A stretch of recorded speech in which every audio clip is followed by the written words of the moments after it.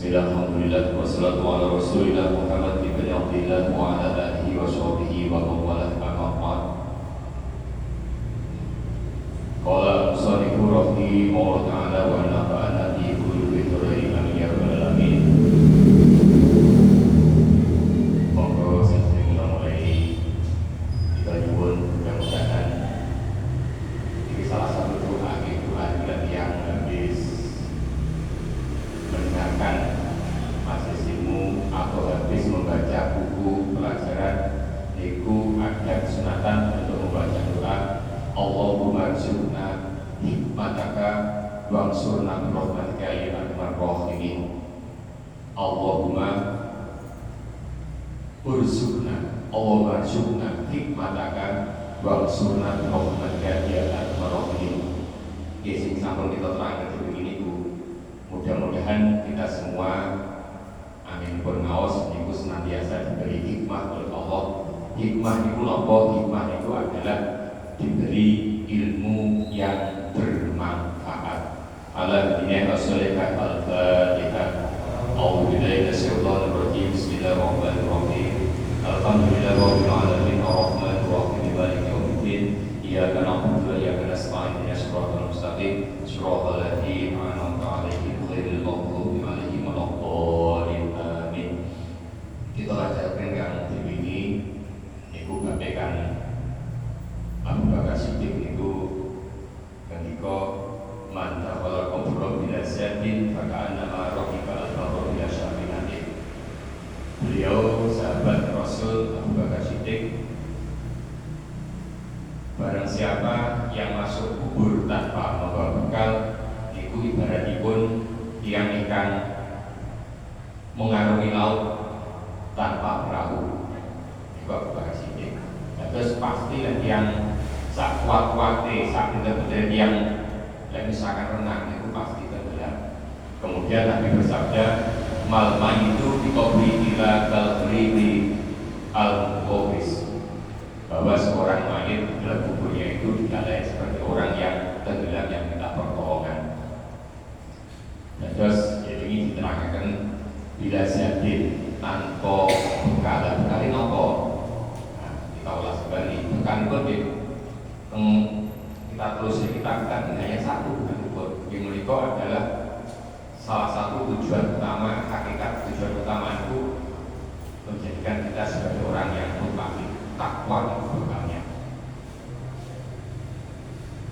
Ini sudah memasuki salah satu hadis Rasul, puasa itu dalam satu bulan itu dibagi menjadi 3 bagian. Yang 10 hari pertama awal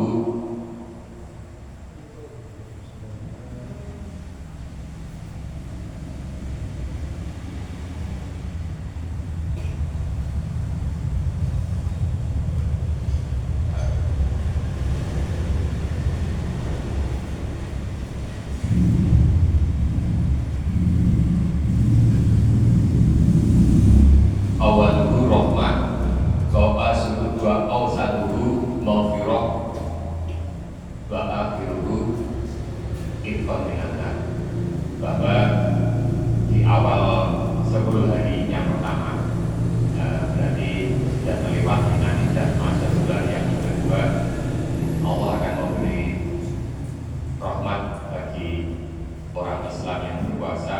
Kemudian di 10 hari pertengahan ini diberikan ampunan, dan yang terakhir akan dibebaskan dari api neraka.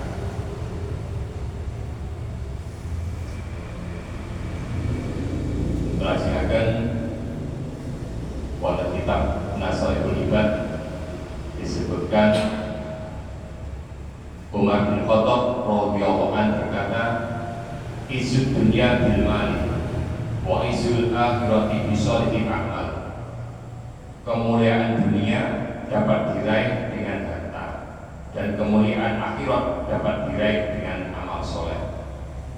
Ini selaras sekali dawuhipun Allah Subhanahu wa taala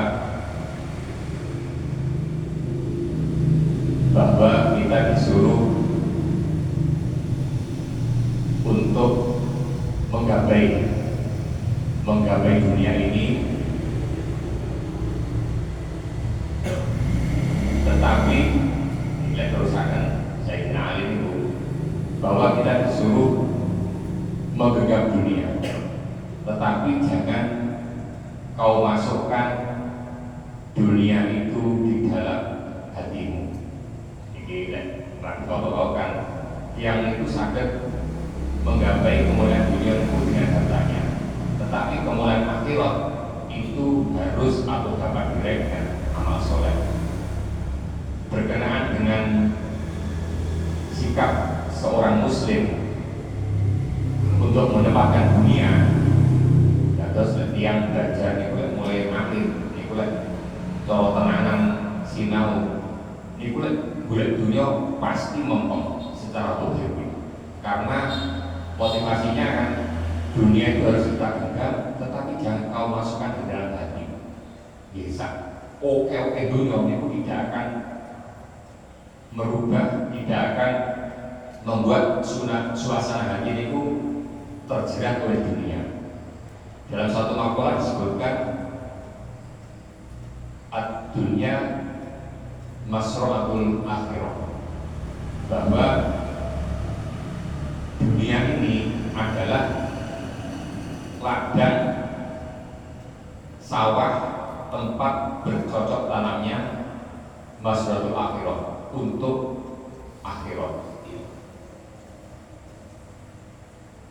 Kemudian berarti tempat untuk menanam kebaikan. Dan ini dinukil dari karya Syekh Abdul Muhyi As-Samawi, kalau kita mereka itu sehubungan dengan sifat sahabat Umar bin Khattab. Rasulullah itu nanti tangkap dumateng malaikat Jibril alaihissalam, Sifli hasanati Umar faqala aukanat al-bihar midada wasajaratu aklaman lama khasartuha faqala Sifli hasanati Abi Bakr faqala Umar hasanatun min hasanati Abi Bakr. Iki Rasulullah itu nanti tangkap datang malaikat Jibril, wahai malaikat Jibril, gambarkan kepadaku tentang kebaikan Umar bin Khattab, kau sahabat Umar. Rasulullah tanya tentang malaikat Jibril, kebaikan Umar itu seperti apa? Kemudian malaikat Jibril menjawab, jika lautan menjadi tinta, terus koyon itu dijadikan tinta, dan seluruh pohon menjadi pena, malaikat Jibril, aku tidak sanggup mencatat kebaikan Umar. Itu sangat katai. Kemudian terusakan Rasulullah dapat mengatakan malaikat Jibril, gambarkanlah kepadaku tentang kebaikan Abu Bakar Siddiq radhiyallahu anhu. Ini boleh kebaikannya Abu Bakar bin Khattab kan seperti itu. Malaikat jawabannya, seandainya laut itu dijadikan tintanya, kemudian pohon-pohon terus lembaran kertas atau saat ini tidak akan sanggup. Dan kebaikannya Abu Bakar seperti apa? Itu jawabannya malaikat Jibril,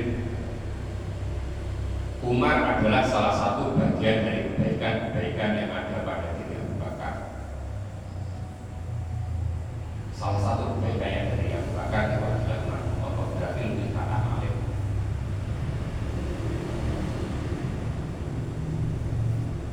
Kemudian sahabat yang lain, sahabat itu kawan itu kan khalifah juga ada sekawan gitu. Khalifah yang dalam mata kita kan harus yakin setelah masa Rasulullah itu, masa keberiman itu ada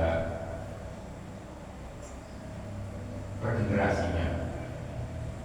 Setelah ada Sayyidina Abu Bakar, ada Umar, Utsman dalam hal dunia, empat sahabat itu berbeda-beda, tanda kutip berbeda-beda nasib berbeda. Oleh Abu Bakar itu pun urusannya berbeda mikir, karena Abu Bakar itu dan ditimbang iman ini itu bisa punya itu tasik bisa tak bareng. Lah Umar lain lagi. Lah Utsman yang ini dibalik. Hamud dunia bil ma'dul fil qalbi. Wa hamul akhirati nurun fil qalbi.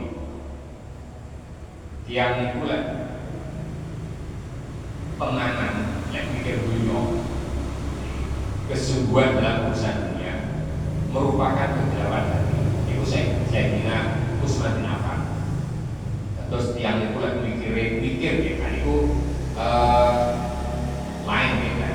Bahasanya Ali bin Abi Thalib kan kegelapan dunia bukan, tapi jangan kau masukkan dalam hatimu.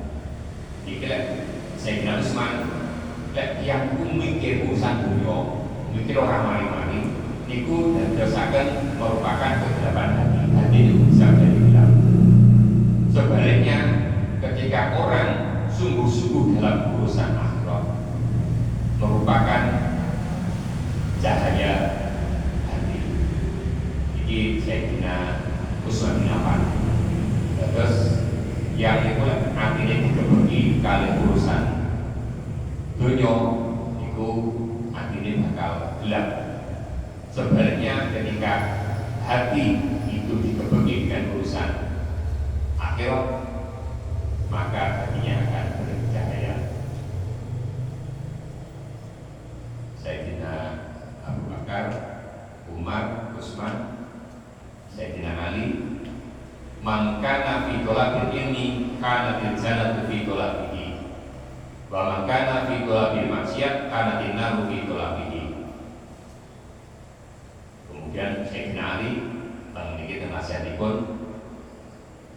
lek tiyang niku purun mencari ilmu, maka surga akan berada di dalam pencariannya. Siapa saja yang mencari kemaksiatan, maka neraka akan berada di dalam pencariannya. Ini motivasi. Bahwa setiap niku purun patus ilmu dan budi mawon, nah itu surga akan berada di dalam pencariannya. Ini semuanya ini dalam rangka untuk menambah, menjelaskan, memperinci apa yang ada di dalam Al-Quran dan Al-Hadis. Dan hadisnya pun yang sering kita baca itu kan hadis Rasulullah itu hubungannya dengan ilmu kan, man salaka thariqan yaltamisu bihi ilman sahalallahu lahu thariqan ilal jannah. Iki hadis Nabi. Kalau hadis ini harus kita hubungan hikmah di situ. Lek kita konsumer, Rasulullah ketika seperti ini, kemudian kita lakoni apa yang dikatakan Rasulullah, hikmah, ilmu yang bermanfaat, kita sumerep ilmu ini, sumerep dasare, kemudian melakukan apa yang ada di dalam dasar atau ilmu tadi, maka kita wajib atau melatih, seharusnya wajib meyakini bahwa sesuatu itu sudah diberikan kepada kita. Ini contohnya ini Rasulullah ketika ikan burun masalah katorikon, barang siapa yang berjalan sumrambah korikon di berjalan yaltami subi ilman, jalan ini pun dengan tujuan untuk sesuatu ilmu, menambah ilmu, sahalallahu korikon berjalan, maka Allah akan memudahkan bagi orang tersebut jalan ke surga. Ketika kita alhamdulillah sampai saat ini masih ditakdirkan melampaui secara budaya kan, berjalan dari kediaman menuju masjid, niatnya kuatah, niatnya salah satunya adalah mencari ilmu. Ini ku yakin pasti Allah akan memudahkan jalan kita menuju surga. Itu harus yakin. Terus keyakinan itu kita tumbuhkan. Walaupun yakin maupun ditakdirkan, maka tidak lain yang ada di dalam hati pikiran kita adalah rasa bersyukur, rasa senang atas pemberian Allah sampai saat ini. Mudah-mudahan seneng itu terus kita rasakan sampai kapan? Ila yaumil akhir, sampai kita bisa, nah itu kita terangkan kan, malaikat itu yang bisa berkomunikasi atau sudah berkomunikasi dengan kita itu atau sudah mendampingi kita itu kan tidak hanya satu. Ini sing awal kita terangkan oleh ini atau itu. Dan terus sampai kita bisa berkomunikasi. Bila setiap hari itu yang jelas ada malaikat pencatat amal, malaikat raqib atid, kemudian ada malaikat mikail yang selalu memberi rezeki, ditugaskan Allah untuk memberi rezeki pada makhluknya, menyalurkan rezekinya, membawa rezekinya. Itu adalah malaikat mikail. Itu adalah kesenangan-kesenangan memiliki dawe Sayyidina Ali wau. Dan terus motivasi kita ketika kita saat ditakdirkan oleh Allah dalam kondisi yang baik, berarti selalu dalam kesenangan, bersyukur. Kemudian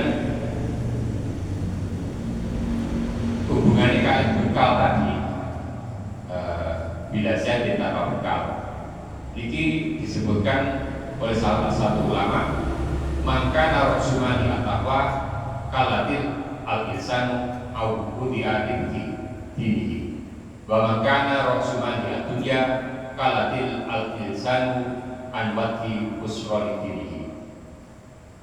Tiang itu yang berbekal takwa, karena takwa itu kan makna secara bahasa itu, takwa itu takut, secara istilah adalah menjalankan perintah Allah dan menjauhi larangannya, itu takwa. Tiang ikan purun berbekal takwa, niscaya keuntungan di dalam agamanya tak akan dapat digambarkan dengan kata-kata. Dan tersebut cukup pun. Terus berarti siapa yang berpegang teguh pada ketakwaan dengan menjauhi larangan-larangan Allah, meninggalkan maksiat, serta melakukan sesuatu berdasarkan syariat, baginya kebaikan yang tak terhingga. Kebaikan yang tak terhingga mungkin tidak ada batasnya.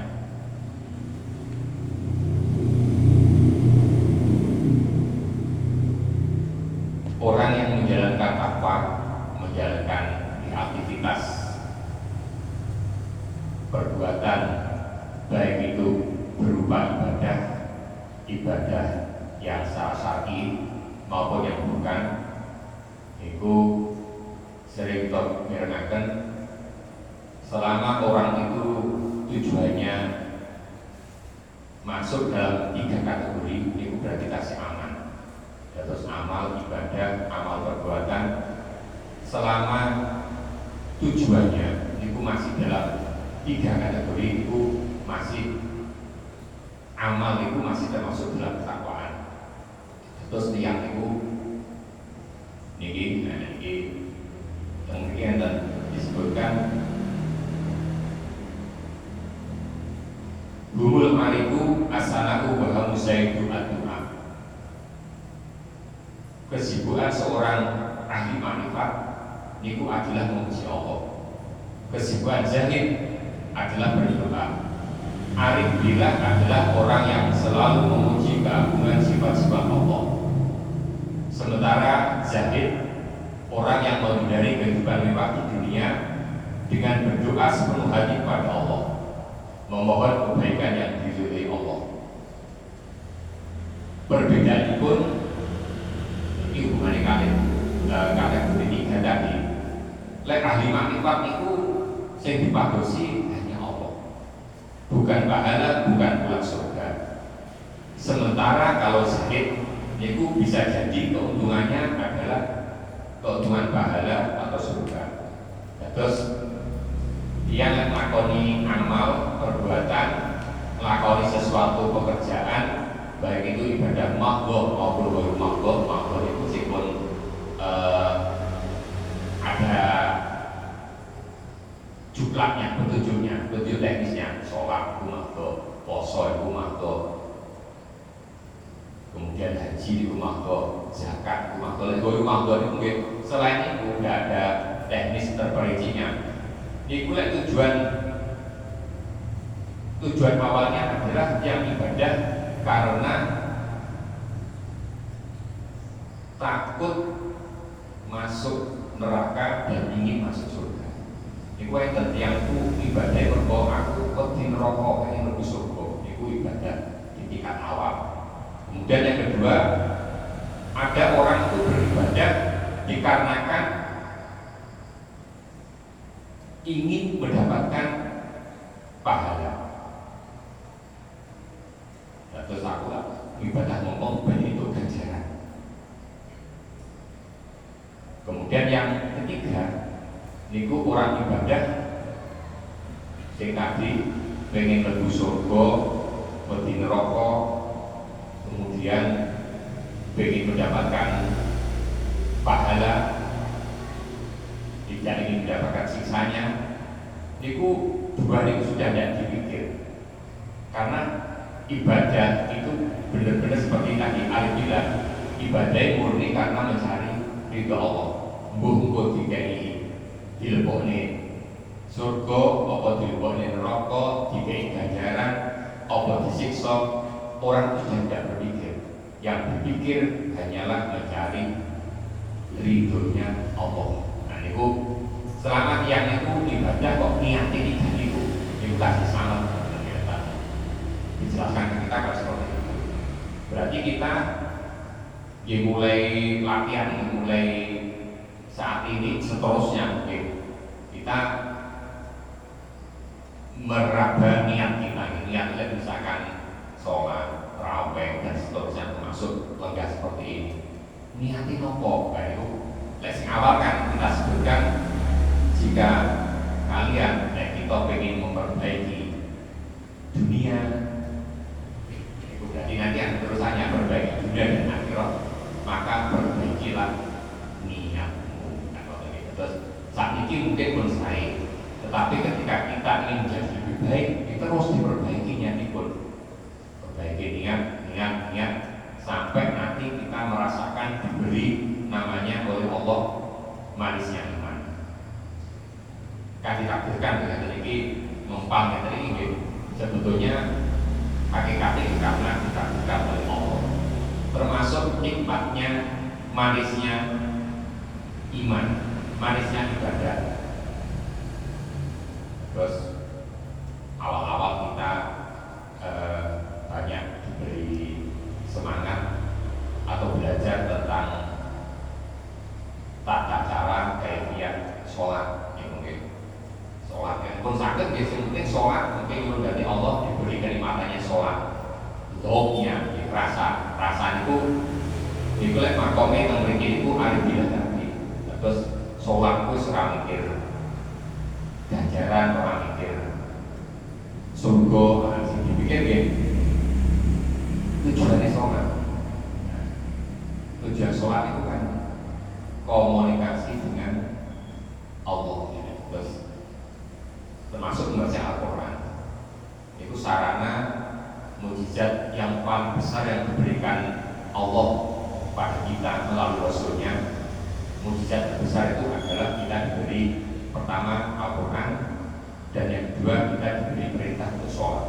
Sholat itu komunikasi antara hamba langsung dengan yang menciptakan, langsung dengan Rabbul Alamin. Rabbul Alamin itu Allah menyebut, Rabbul Alamin itu disebut namanya, menyebut dirinya, namanya adalah Allah. Terus supaya itu mempermudah, terus aku duwe pangeran, duwe Rob, duwe Gusti Allah, duwe Rob, jenenge sapa? Itu untuk mempermudah, namanya adalah Wallahul Ladzi, Wallah, dialah Allah, Rabbul Arsyil Azim, dan yang maha mengatur. Makna Rabbul itu kan maha mengatur, maha menjaga makhluknya. Kita itu kan diciptakan oleh Allah.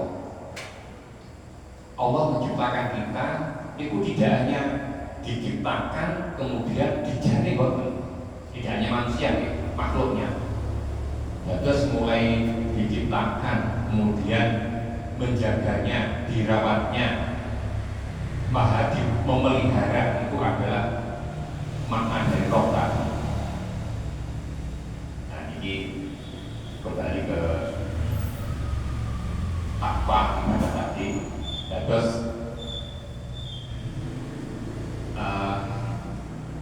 ketika kita melakukan sesuatu itu nggak latihan nonton itu. Iki mang aku maca Al-Qur'an tujuannya apa? Tujuannya pertama mungkin menghatamkan targetnya khatam misalkan 1 kali dalam 1 bulan Ramadan, misalkan 1 lembar setiap hari. Mulai khatam itu ganjaran dihitung. Itu misalnya apa? Menghitung pahala itu untuk semangat dan apa kita hitung apa? Kalau dilipat gandakan berarti kalau baca 1 lembar di bulan Ramadan itu sami kali membaca sampai 1000 kali, umumnya 1000 kali, kadang 1000 kali dalam bulan Ramadan. Itu keuntungan itu untuk memotivasi diri kita untuk senantiasa melakukan kebaikan.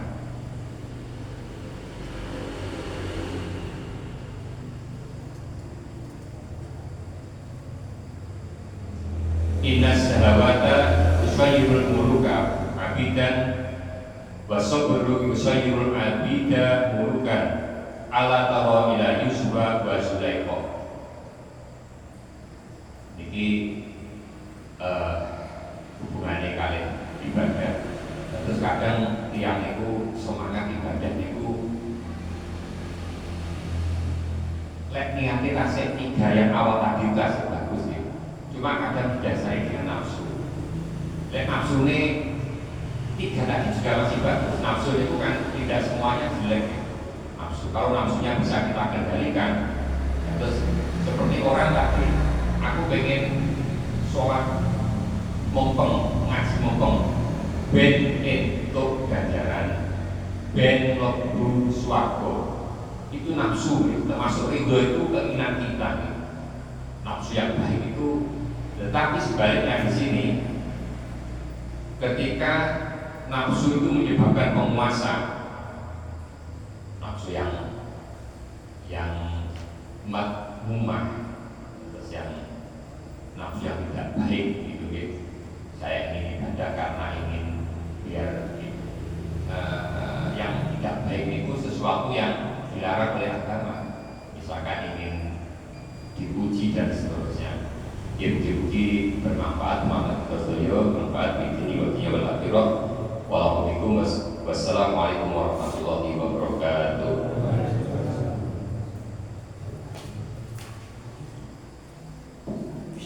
Kok